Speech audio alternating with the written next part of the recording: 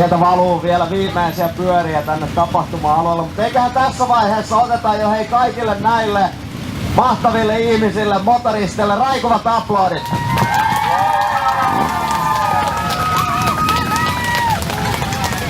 Ja sama hikeä on mukava kuuluttaa ja toivottaa tervetulleeksi lavalle Ari Santaharju, tervetuloa.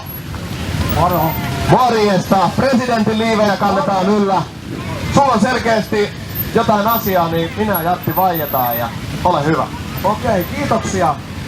Onpas mukava olla tänne ja oli aika hieno vastaanotto. Hei, kuuluuko toi moottoripyörien ääni tuolta jo kaukaa?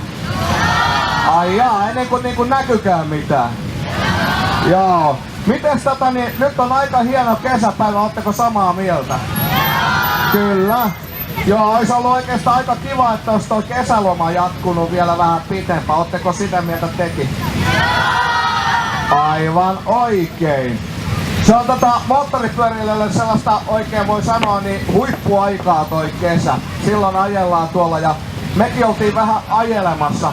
Oli nimittäin sillä tavalla, että ensin oli yksi kaveri, joka ajoi tossa ja sitten tuli toinen kaveri tuli siihen viereen ja sitten tuli taas seuraava ja näin päin niitä rupesi olemaan. Ja tiedättekö mitä? Tuolla Nesteellä oli yksi heppu, joka vetäisi 16 hillomunkkia. Missä se heppu on tuolla noin? Tuus tänne näin joo. Annetaan valtavat aplodit. Kalkun harma. Se syö 17 hillomunkkia vielä. Saanko puistaa kättäne? Tää oli hieno suoritus. Eikö ottanut yhtään tiukille? Ei, mä oon tottunut. No niin. Annetaan aplodit, siinä on kaveri, joka on syönyt 17 munkkia ja ne lupas laittaa sille sinne Mantun Nesteelle oikein se pronssisen laatan, missä lukee. Sen lempinimi on Kalkun harmaa. Miten muuten mahtoi olla teillä, niin olitteko te uimassa lainkaan kesällä? Onks pienetkin uinut sitten?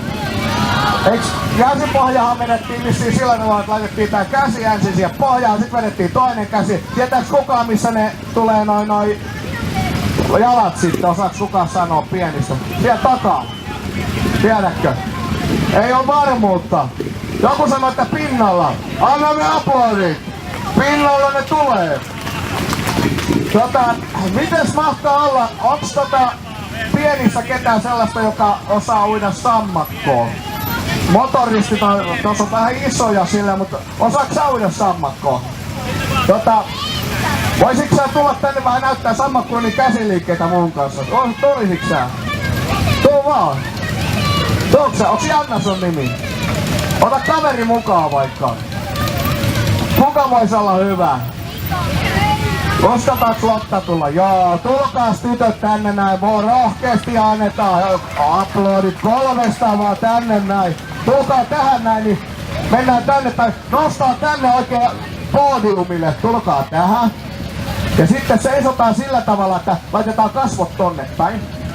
Joo, peruutetaan vielä. Tää on altaan matala pää on tässä näin. Eli otetaan nyt, ketä täällä on uimareita paikalla. Mikä sun nimi on? Ella, se on hieno nimi. Entäs sun? Lotta on hieno nimi ja Nanna. Hei, motoristit ei oikein kunnolla osaa uida. Joo. Mutta hei, te osaatte ilmeisesti ne käsiliikkeet, se miten... Joo. Voisitteko te nyt sitten, jos mentäis ikään kuin leikisti kävelään paikkaan, kattoo ton laituria valmiina siinä.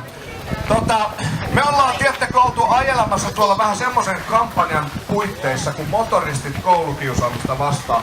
Nimittäin kun näette, että tuossa on noita motoristeja aika paljon, niin tiedättekö, kun käytiin kysymässä, niin yksikään noista motoristeista ei ne yksikään tykännyt koulukiusaamista. Me juteltiin vähän ja mietittiin, että mitä koulussa on sellaista kivaa ja mikä oli kivaa ja se on vähän tyhmää se kiusattia. Me ollaan sen takia, että Suomessa on tosi monta koulua. Niitä on itse asiassa yli 100 jo. Ja nyt oli aika kivaa sitten, kun me tiedettiin, että on tämmöinen tapahtuma ja sitten joku soitti meille Lempäälän kunnan kaupungin puolelta ja sanoi, että voitteko tulla tänne käymään. Totta kai me tultiin. Täällä on tosi mahtava juttu.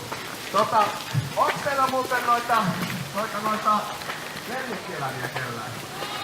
Oikein, teillä on kaikkea.